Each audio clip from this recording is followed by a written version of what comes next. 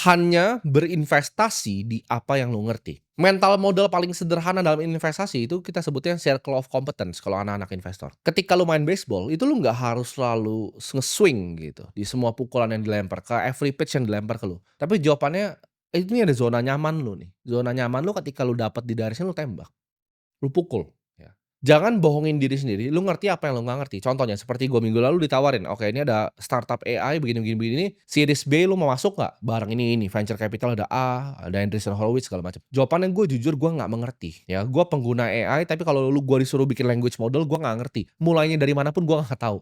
Adalah gue belajar sedikit-sedikit dari course-nya Nvidia, tapi gue nggak ngerti jawabannya. Gue bukan expert di machine learning, gue bukan expert di artificial intelligence. Saya tidak mengerti, jadi gue nggak ikut investasi karena gue nggak paham cara bikin agentic AI itu seperti apa. Itu bukan circle of competence gue. Uang sekolah ya, uang yang tadi permanent loss of capital yang gue lakukan untuk hal-hal seperti ini sudah banyak sekali di hidup gue. Tiap kali gue investasi di apa yang gue tidak mengerti, 100% uang gue pasti kena bakar. Bro, ini ada startup ini pasti kebakar uang gue. Ini ada deal private equity begini, gue nggak ngerti, gue coba masuk, uang gue kebakar. Udah berkali-kali ini terjadi sama gue. Kalian harus paham ya, investasi itu mirip seperti seorang pilot. Kalau lu mengoverestimasi kemampuan lu sendiri, itu ujung-ujungnya celaka. Lu terlalu ugal gitu, celaka lu.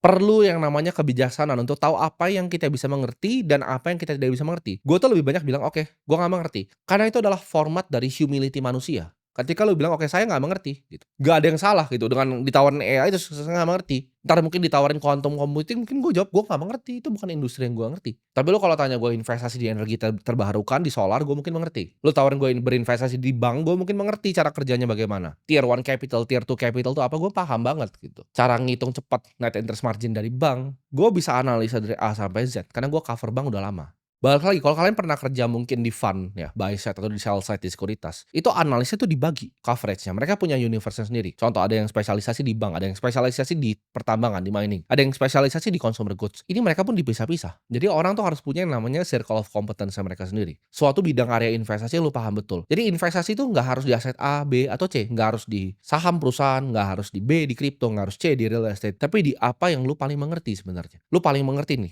ini lu tinggal di sini udah lama gitu, lu ngerti banget harga sewanya semua berapa, silahkan lu main properti. Lu ngerti banget tentang emas, sejarahnya bagaimana, silahkan main emas. Tapi investasilah di apa yang lu mengerti. Karena ketika lu keluar dari itu, pasti lu rugi. Ini akan bikin decision making lu, keputusan lu lebih tajam. Ketika lu nggak ngerti, oke skip. Ngerti, beli. Nggak ngerti, skip.